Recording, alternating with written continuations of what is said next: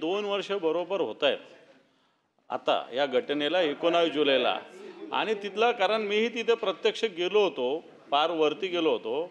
तिथला पुनर्वसनाचा महत्त्वाचा मुद्दा आहे सभापती महोदय आणि म्हणून याचा अंतिम आठवडा आम्ही मांडू, परंतु सरकारने स्पेसिफिक तिथली परिस्थिती काय आहे या सगळ्या गोष्टीचा खुलासा करण्याची आवश्यकता आहे. दादा मी जे इरशाळवाडी गाव आहे त्याचं 2 वर्ष बरोबर होत आहेत आता. त्याच्या पुनर्वसनाचा प्रश्न आहे, त्याचे अनेक प्रश्न आहेत त्या गावातले आत्ताच्या घडीला. आणि त्याच्याविषयी आत्ताची काय परिस्थिती ही आम्हाला जाणून घ्यायची होती. मग सरकार काय पुन्हा एकदा संसदीय कामकाज मंत्री चंद्रकांत दादा पाटील. काल जसं परभणीच्या काय घटनेसंबंधी विरोधी पक्षनेत्यांनी 289च्या माध्यमातून मुद्दा मांडला, आज मी त्याचं निवेदन तयार केलं, मला तुम्ही परवानगी दिल्यानंतर मांडेल. तसं इरसाळवाडीच्या संदर्भात विशेष करून 2 वर्ष पूर्ण झाले संदर्भात निवेदन करा. कलेक्टरांशी बोलून पॉइंट ऑफ इन्फॉर्मेशन खाली हां काय पण पॉइंट ऑफ इन्फॉर्मेशन आहे.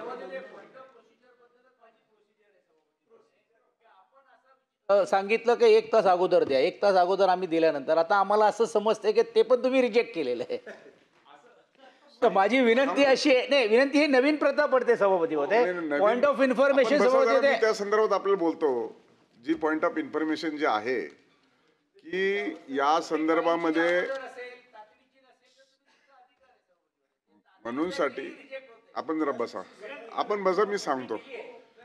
पॉइंट ऑफ इन्फॉर्मेशन खाली मी इथे आल्याच्या नंतर मला असं वाटलं की सन्माननीय सदस्यांना आपल्याला काहीतरी मांडायचं आहे आणि ते त्यांना मांडता आलं पाहिजे, पण त्याचा फायदा झाला पाहिजे आणि त्याचा परिणाम पण महाराष्ट्रभर मिळाला पाहिजे आणि सरकारने पण ॲक्टिव्हली त्याच्यावर कारवाई केली पाहिजे. पण दरम्यानच्या कालखंडामध्ये असं झालं की माझ्या हातामध्ये पॉइंट ऑफ इन्फॉर्मेशन 2-3 यायचे आणि जसं सुरू झालं तसं सगळे सदस्य हात वर करायला लागले. माझ्या हातातही कागद नाही आणि तो बसतो की नाही, नियमात असतो की नाही, तातडी काय, निकड काय, अर्जन्सी काय, काही त्याच्यावरती होत नव्हतं. म्हणून मी परवा त्याच्यामध्ये निर्देश दिले की सभागृह सुरू होण्याच्या अगोदर 11 वाजेपर्यंत जेवढे पॉइंट ऑफ इन्फॉर्मेशन येतील ते सचिवांनी पाहावेत आणि जे नियमात बसतील ते मान्य करावेत, जे नियमात बसत नाही ते अमान्य करावेत. तथापि असा एकदा म्हणूनसाठी आपण बसा ना, मी त्याचं क्लिअरिफाय करतो. आपल्याला एखाद्या गोष्टीच्या नियम नसताना अधिकच्या नियमामध्ये रूपांतर होत असताना, पूर्ण व्हायलेशन होत असताना त्यावेळी मी जे डायरेक्शन दिले ते नियमात परिवर्तित होतात.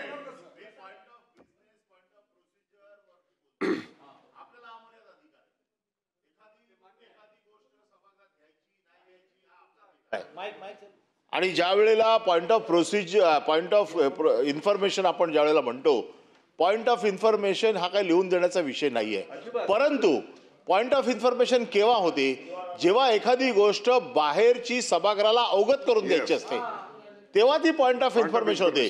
पॉइंट ऑफ इन्फॉर्मेशन मध्ये कुठला विषय चर्चेला येत नाही, पॉइंट ऑफ इन्फॉर्मेशन मधला कुठला डिस्कशन होत नाही. परंतु एखादी घटना बाहेर घडलेली आहे, समजा आता बाहेर कुठला मोठा अपघात झाला तर मला तो पॉइंट ऑफ इन्फॉर्मेशनच्या माध्यमातून सभागृहाला अवगत करून द्यायचा आहे. तर त्याला मला सकाळी नोटीस देणं हा विषयच नाही आहे. त्याच्यामुळे नोटीस हा विषय पॉइंट ऑफ इन्फॉर्मेशन मध्ये येत नाही. आपल्याला नाकारायचे असतील आपला अधिकार आहे, आमचं त्याच्या बाबतीत काही म्हणणं नाही, कारण त्याचा गैरवापर पण होण्याची शक्यता आम्ही नाकारत नाही.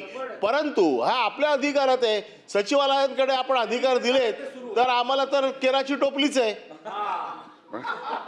म्हणून आमचं मत असं आहे, आपल्या अधिकारात नाकारा, पण पॉइंट ऑफ इन्फॉर्मेशन चा अतिशय साधी सोपी व्याख्या आहे की सभागृहाला माहिती अवगत करून देणं. याच्यावरती डिस्कशन नाही, याच्यावरती मंत्र्याला उत्तर द्यायची गरज नाही.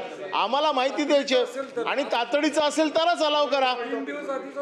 म्हणून 2-3 दिवसाच्या अगोदरचं असेल तर कशाला अलाव करता. आपण अनुभवी आहात, ज्येष्ठ आहात.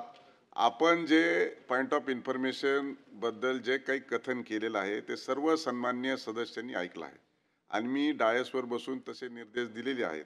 परंतु त्याचा कुठलाही परिणाम सदनामध्ये मागच्या 2 दिवसात जाणवला नाही आणि म्हणून अशा पद्धतीचे मी निर्देश दिले होते.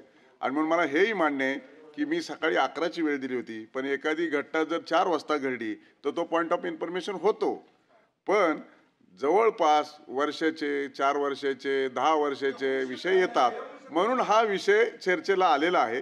तथापि आपण जे सांगताय ते पुन्हा एकदा सचिवाचे हे अधिकार नसून त्यांनी देखील अधिकार घेतले नाहीत. फक्त माझ्या ही बाब निदर्शनास आणून दिलेली आहे. ते सर्वस्वी अधिकार माझेच आहेत. फक्त पॉईंट ऑफ इन्फॉर्मेशन खाली आपण मांडत असताना जरा त्याचं गांभीर्य लक्षात घेऊन जर मांडलं तर एक विषय मांडायला दिला की जवळपास अर्धा सभागृह पॉईंट ऑफ इन्फॉर्मेशन. त्या दिवशी मी सगळ्यांना संधी दिली, जे कोणी माझ्याकडे कागद दिलं नाही त्यांना देखील संधी दिली, आणि संधी दिलीच पाहिजे. शेवटी हे फ्लोर आपल्याला प्रश्न मांडण्यासाठीच आहे, हीच माझी भूमिका आहे. त्यामुळं आज ज्या अमान्य केलेल्या आहेत त्या देखील मी मान्य करतो माझ्या अधिकार कक्षेत. फक्त त्याची तातडी बघून घेतल्यानंतर मी अमान्य केली तर आता तुम्ही परत म्हणणार पॉईंट ऑफ प्रोसिजर सुरू झाला, तर हे अमान्य पॉईंट ऑफ इन्फॉर्मेशन कसं झालं? यस.